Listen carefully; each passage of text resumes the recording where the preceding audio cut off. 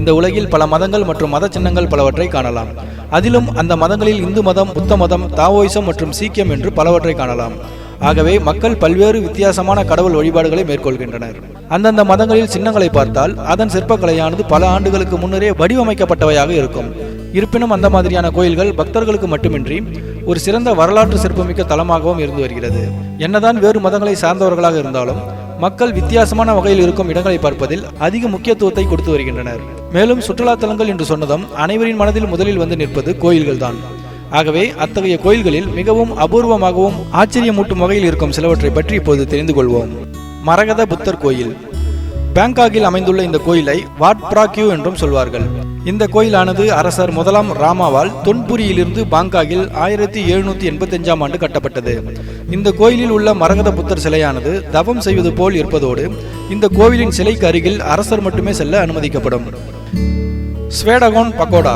புத்தர் கோவிலிலேயே மிகவும் பழமையானதும் வரலாற்றில் முக்கியமானதும் என்றால் அது மியான்மரில் இருக்கும் ஸ்வேடகோன் பகோடா தான். இதில் பகோடா என்றாலே கூம்பு கோபுரம் என்று அர்த்தம். இந்த மாதிரியான கூம்பு வடிவ கோபுரம் பெரும்பாலும் பர்மாவில் தான் காணப்படும். இதிலும் இந்த கோவிலில் கூம்பு வடிவ கோபுரம் தங்கத்தால் செய்யப்பட்டிருப்பதோடு இரவிலும் பகலிலும் நன்கு மின்னும்.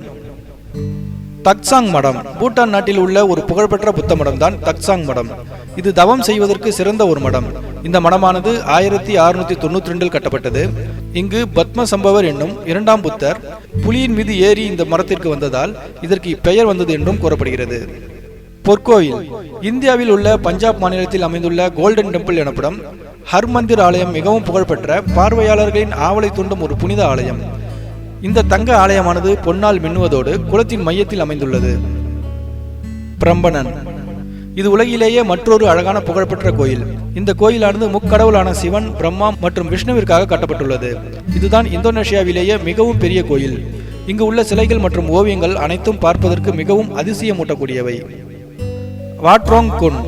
தாய்லாந்து என்றாலே புத்த கோயில்கள் திரும்பி இடமெல்லாம் இருக்கும். அத்தகைய கோவில்களில் வாட்ரோங் குன் என்னும் புத்த கோயில் வெள்ளை மொசைக் கற்களால் மிகுந்த கலைநயத்துடன் இன்றளவும் கட்டப்பட்டு வருகிறது. போரோபுதூர். இந்தோனேஷியா தீவின் நடுப்பகுதியில் அமைந்துள்ள போரோபுதூர் மகாயான பௌத்த நினைவு சின்னம். இது 2672 புடைப்பு சிற்பங்களையும் 504 புத்த சிலைகளாலும் அலங்கரிக்கப்பட்டுள்ளது.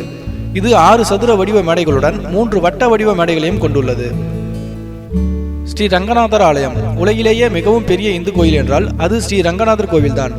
இந்த கோவிலின் சிறப்பே கோபுரம் தான். இந்த கோபுரத்தில் உள்ள சிலைகள் அனைத்தும் இந்து மத புராணங்களின்படி சித்தரிக்கப்பட்டது. இந்த பெரிய கோபுரமானது குறைந்தது 200 அடி உயரத்துடன் இருப்பதோடு 15 கதைகளையும் கொண்டது.